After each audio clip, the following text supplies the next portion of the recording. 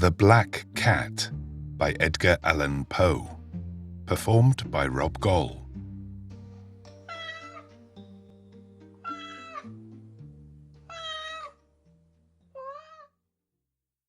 For the most wild, yet most homely narrative which I am about to pen, I neither expect nor solicit belief.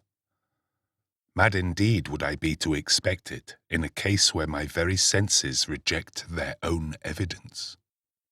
Yet mad am I not, and very surely do I not dream. But tomorrow I die, and today I would unburthen my soul.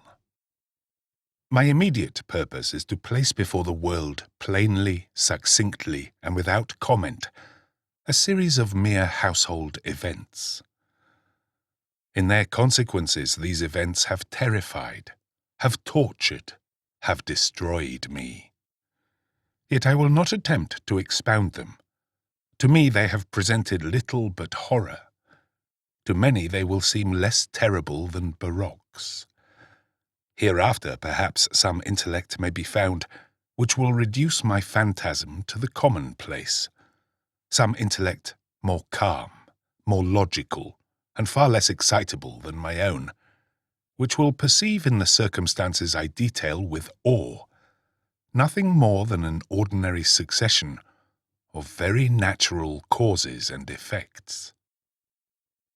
From my infancy, I was noted for the docility and humanity of my disposition. My tenderness of heart was even so conspicuous as to make me the jest of my companions.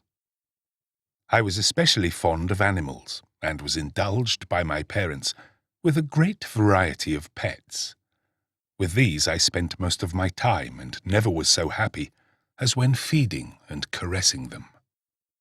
This peculiarity of character grew with my growth, and in my manhood I derived from it one of my principal sources of pleasure. To those who have cherished an affection for a faithful and sagacious dog, I need hardly be at the trouble of explaining the nature or the intensity of the gratification thus derivable. There is something in the unselfish and self-sacrificing love of a brute, which goes directly to the heart of him who has had frequent occasion to test the paltry friendship and gossamer fidelity of mere man. I married early, and was happy to find in my wife a disposition not uncongenial with my own. Observing my partiality for domestic pets, she lost no opportunity of procuring those of the most agreeable kind. We had birds, goldfish, a fine dog, rabbits, a small monkey, and a cat. This latter was a remarkably large and beautiful animal, entirely black, and sagacious to an astonishing degree. In speaking of his intelligence, my wife, who at heart was not a little tinctured with superstition, made frequent allusion to the ancient popular notion which regarded all black cats as witches in disguise. Not that she was ever serious upon this point, and I mention the matter at all for no better reason than that it happens just now to be remembered. Pluto, this was the cat's name, was my favourite pet and playmate.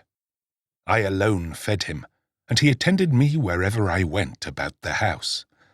It was even with difficulty that I could prevent him from following me through the streets. Our friendship lasted in this manner for several years, during which my general temperament and character, through the instrumentality of the fiend intemperance, had, I blush to confess it, experienced a radical alteration for the worse. I grew day by day more moody, more irritable, more regardless of the feelings of others. I suffered myself to use intemperate language to my wife. At length, I even offered personal violence. My pets, of course, were made to feel the change in my disposition. I not only neglected, but ill-used them.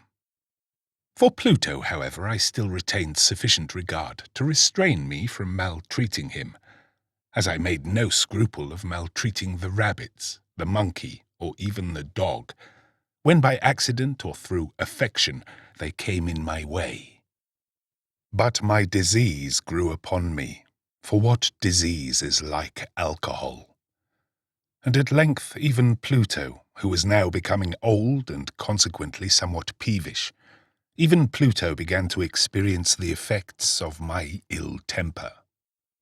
One night, returning home much intoxicated from one of my haunts about town, I fancied that the cat avoided my presence.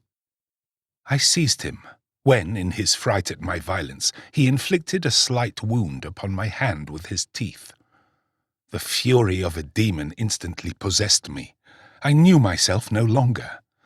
My original soul seemed at once to take its flight from my body, and a more than fiendish malevolence, gin-nurtured, thrilled every fibre of my frame. I took from my waistcoat pocket a penknife, opened it, grasped the poor beast by the throat, and deliberately cut one of its eyes from the socket. I blush, I burn, I shudder while I pen the damnable atrocity. When reason returned with the morning, when I had slept off the fumes of the night's debauch, I experienced a sentiment half of horror, half of remorse, for the crime of which I had been guilty. But it was at best a feeble and equivocal feeling, and the soul remained untouched. I again plunged into excess, and soon drowned in wine all memory of the deed. In the meantime the cat slowly recovered. The socket of the lost eye presented, it is true, a frightful appearance, but he no longer appeared to suffer any pain. He went about the house as usual, but, as might be expected, fled in extreme terror at my approach.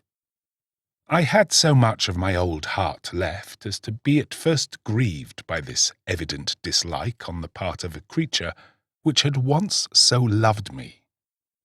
But this feeling soon gave place to irritation, and then came, as if to my final and irrevocable overthrow, the spirit of perverseness.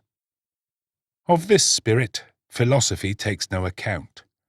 Yet I am not more sure that my soul lives than I am that perverseness is one of the primitive impulses of the human heart, one of the indivisible primary faculties or sentiments which give direction to the character of man. Who has not 100 times found himself committing a vile or a silly action, for no other reason than because he knows he should not? Have we not a perpetual inclination in the teeth of our best judgment to violate that which is law, merely because we understand it to be such? This spirit of perverseness, I say, came to my final overthrow. It was this unfathomable longing of the soul to vex itself, to offer violence to its own nature, to do wrong for the wrong's sake only, that urged me to continue and finally to consummate the injury I had inflicted upon the unoffending brute. One morning, in cold blood, I slipped a noose about its neck and hung it to the limb of a tree, hung it with the tears streaming from my eyes and with the bitterest remorse at my heart. Hung it because I knew that it had loved me, and because I felt it had given me no reason of offence. Hung it because I knew that in so doing I was committing a sin, a deadly sin that would so jeopardize my immortal soul as to place it, if such a thing were possible, even beyond the reach of the infinite mercy of the most merciful and most terrible God. On the night of the day on which this cruel deed was done, I was aroused from sleep by the cry of fire. The curtains of my bed were in flames. The whole house was blazing. It was with great difficulty that my wife, a servant, and myself made our escape from the conflagration. The destruction was complete. My entire worldly wealth was swallowed up, and I resigned myself thenceforward to despair. I am above the weakness of seeking to establish a sequence of cause and effect between the disaster and the atrocity. But I am detailing a chain of facts, and wish not to leave even a possible link imperfect. On the day succeeding the fire, I visited the ruins. The walls, with one exception, had fallen in. This exception was found in a compartment wall not very thick, which stood about the middle of the house, and against which had rested the head of my bed. The plastering had here, in great measure, resisted the action of the fire, a fact which I attributed to its having been recently spread. About this wall a dense crowd were collected, and many persons seemed to be examining a particular portion of it with very minute and eager attention. The words strange, singular, and other similar expressions excited my curiosity. I approached and saw, as if graven in bas-relief upon the white surface, the figure of a gigantic cat. The impression was given with an accuracy truly marvellous. There was a rope about the animal's neck. When I first beheld this apparition, for I could scarcely regard it as less, my wonder and my terror were extreme. But at length reflection came to my aid. The cat, I remembered, had been hung in a garden adjacent to the house. Upon the alarm of fire, this garden had been immediately filled by the crowd, by some one of whom the animal must have been cut from the tree and thrown through an open window into my chamber. This had probably been done with the view of arousing me from sleep. The falling of the other walls had compressed the victim of my cruelty into the substance of the freshly spread plaster, the lime of which, with the flames and the ammonia from the carcass, had then accomplished the portraiture as I saw it. Although I thus readily accounted to my reason, if not altogether to my conscience, for the startling fact just detailed, it did not the less fail to make a deep impression upon my fancy. For months I could not rid myself of the phantasm of the cat, and during this period there came back into my spirit a half-sentiment that seemed, but was not, remorse. I went so far as to regret the loss of the animal, and to look about me, among the vile haunts which I now habitually frequented, for another pet of the same species, and of somewhat similar appearance, with which to supply its place. One night, as I sat half stupefied, in a den of more than infamy, my attention was suddenly drawn to some black object, reposing upon the head of one of the immense hogsheads of gin, or of rum, which constituted the chief furniture of the apartment. I had been looking steadily at the top of this hogshead for some minutes, and what now caused me surprise was the fact that I had not sooner perceived the object thereupon. I approached it and touched it with my hand. It was a black cat, a very large one, fully as large as Pluto, and closely resembling him in every respect but one.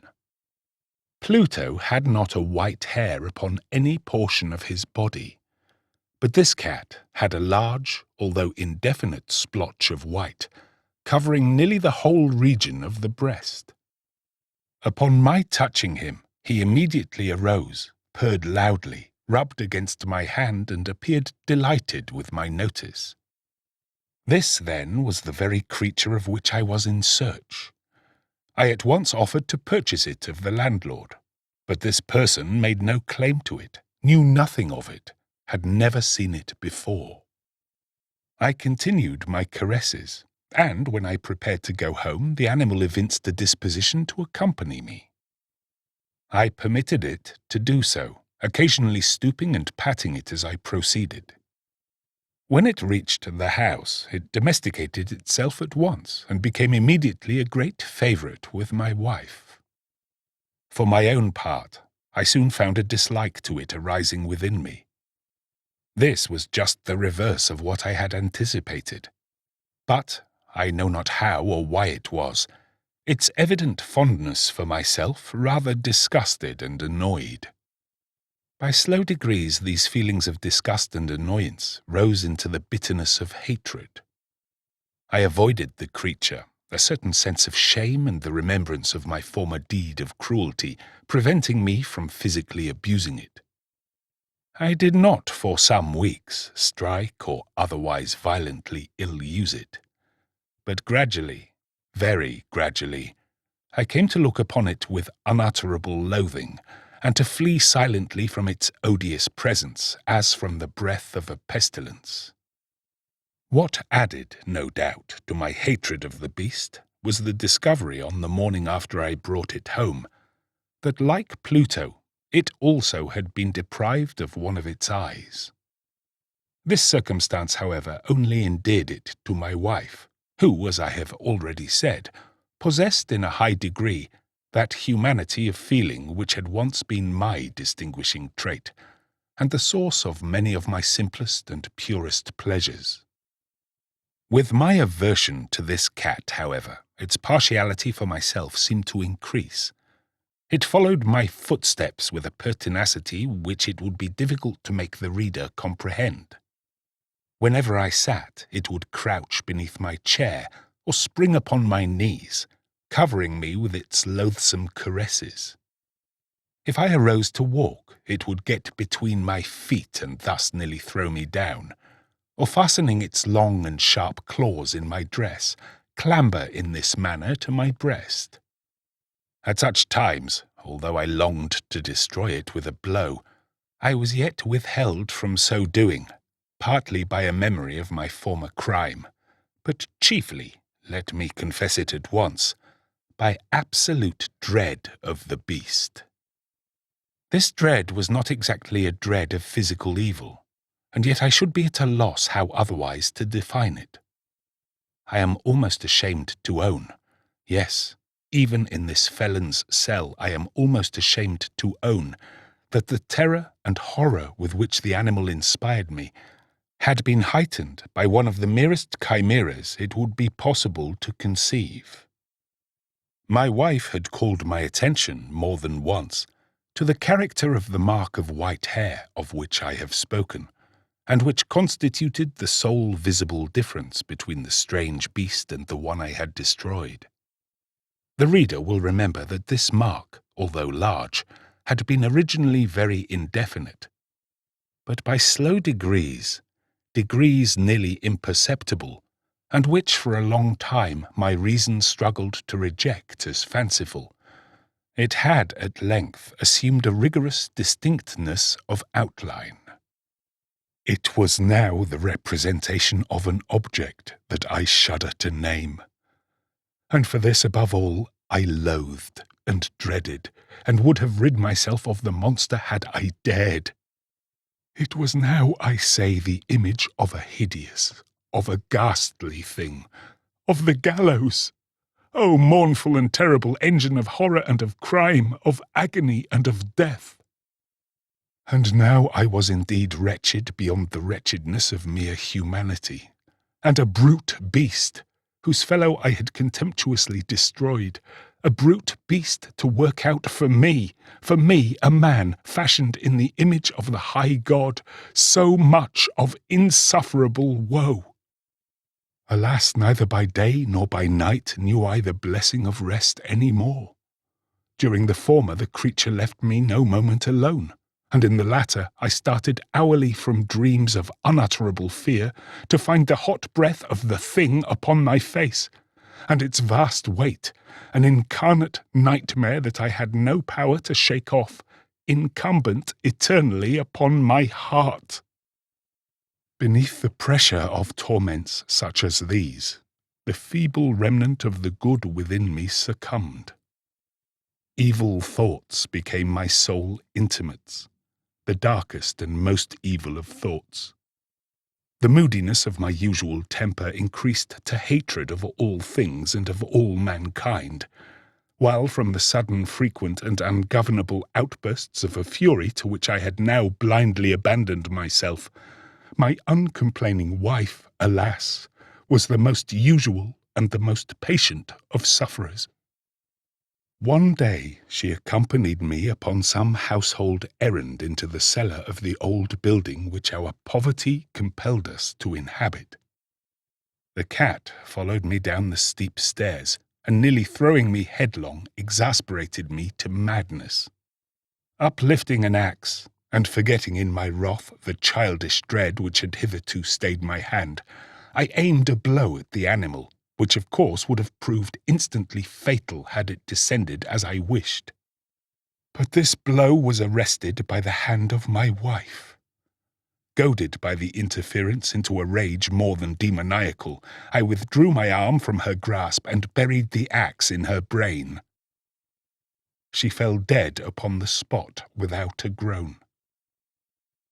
This hideous murder accomplished, I set myself forthwith and with entire deliberation to the task of concealing the body. I knew that I could not remove it from the house either by day or by night without the risk of being observed by the neighbours. Many projects entered my mind. At one period I thought of cutting the corpse into minute fragments and destroying them by fire. At another I resolved to dig a grave for it in the floor of the cellar. Again I deliberated about casting it in the well in the yard, about packing it in a box as if merchandise with the usual arrangements, and so getting a porter to take it from the house. Finally I hit upon what I considered a far better expedient than either of these. I determined to wall it up in the cellar, as the monks of the Middle Ages are recorded to have walled up their victims. For a purpose such as this, the cellar was well adapted. Its walls were loosely constructed, and had lately been plastered throughout with a rough plaster, which the dampness of the atmosphere had prevented from hardening. Moreover, in one of the walls was a projection, caused by a false chimney or fireplace that had been filled up and made to resemble the red of the cellar. I made no doubt that I could readily displace the bricks at this point, insert the corpse, and wall the whole thing up as before, so that no eye could detect anything suspicious. And in this calculation I was not deceived. By means of a crowbar I easily dislodged the bricks, and having carefully deposited the body against the inner wall, I propped it in that position, while, with little trouble, I relaid the whole structure as it originally stood. Having procured mortar, sand, and hair with every possible precaution, I prepared a plaster which could not be distinguished from the old, and with this I very carefully went over the new brickwork. When I had finished, I felt satisfied that all was right. The wall did not present the slightest appearance of having been disturbed. The rubbish on the floor was picked up with the minutest care. I looked around triumphantly and said to myself, "Here at last, then, my labour has not been in vain." My next step was to look for the beast which had been the cause of so much wretchedness, for I had at length firmly resolved to put it to death. Had I been able to meet with it at the moment, there could have been no doubt of its fate. But it appeared that the crafty animal had been alarmed at the violence of my previous anger, and forbore to present itself in my present mood. It is impossible to describe or to imagine the deep, the blissful sense of relief which the absence of the detested creature occasioned in my bosom. It did not make its appearance during the night, and thus, for one night at least since its introduction into the house, I soundly and tranquilly slept. I slept, even with the burden of murder upon my soul.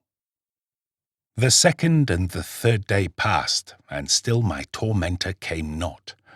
Once again I breathed as a free man. The monster, in terror, had fled the premises for ever. I should behold it no more. My happiness was supreme. The guilt of my dark deed disturbed me but little. Some few inquiries had been made, but these had been readily answered. Even a search had been instituted, but of course nothing was to be discovered. I looked upon my future felicity as secured. Upon the fourth day of the assassination, a party of the police came, very unexpectedly, into the house, and proceeded again to make rigorous investigation of the premises. Secure, however, in the inscrutability of my place of concealment, I felt no embarrassment whatever. The officers bade me accompany them in their search. They left no nook or corner unexplored. At length, for the third or fourth time, they descended into the cellar. I quivered not in a muscle. My heart beat calmly, as that of one who slumbers in innocence. I walked the cellar from end to end. I folded my arms upon my bosom and roamed easily to and fro. The police were thoroughly satisfied and prepared to depart. The glee at my heart was too strong to be restrained. I burned to say if but one word by way of triumph, and to render doubly sure their assurance of my guiltlessness. "Gentlemen," I said at last, as the party ascended the steps, "I delight to have allayed your suspicions. I wish you all health and a little more courtesy.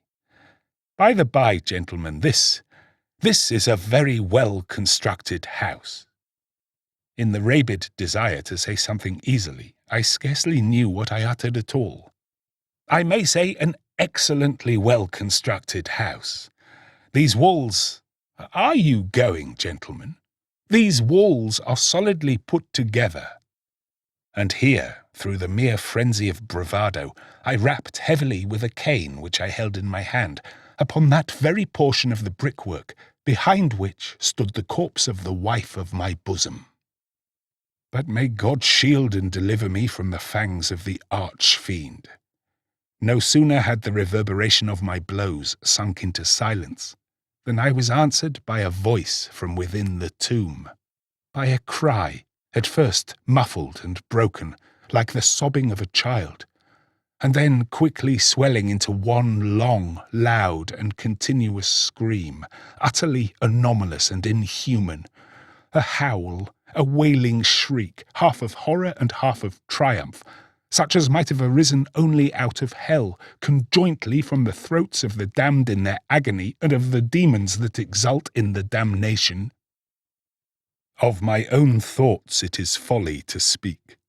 Swooning, I staggered to the opposite wall. For one instant, the party upon the stairs remained motionless through extremity of terror and of awe. In the next, a dozen stout arms were toiling at the wall. It fell bodily. The corpse, already greatly decayed and clotted with gore, stood erect before the eyes of the spectators. Upon its head, with red extended mouth and solitary eye of fire, sat the hideous beast whose craft had seduced me into murder and whose informing voice had consigned me to the hangman. I had walled the monster up within the tomb. This has been The Black Cat by Edgar Allan Poe, performed by Rob Goll.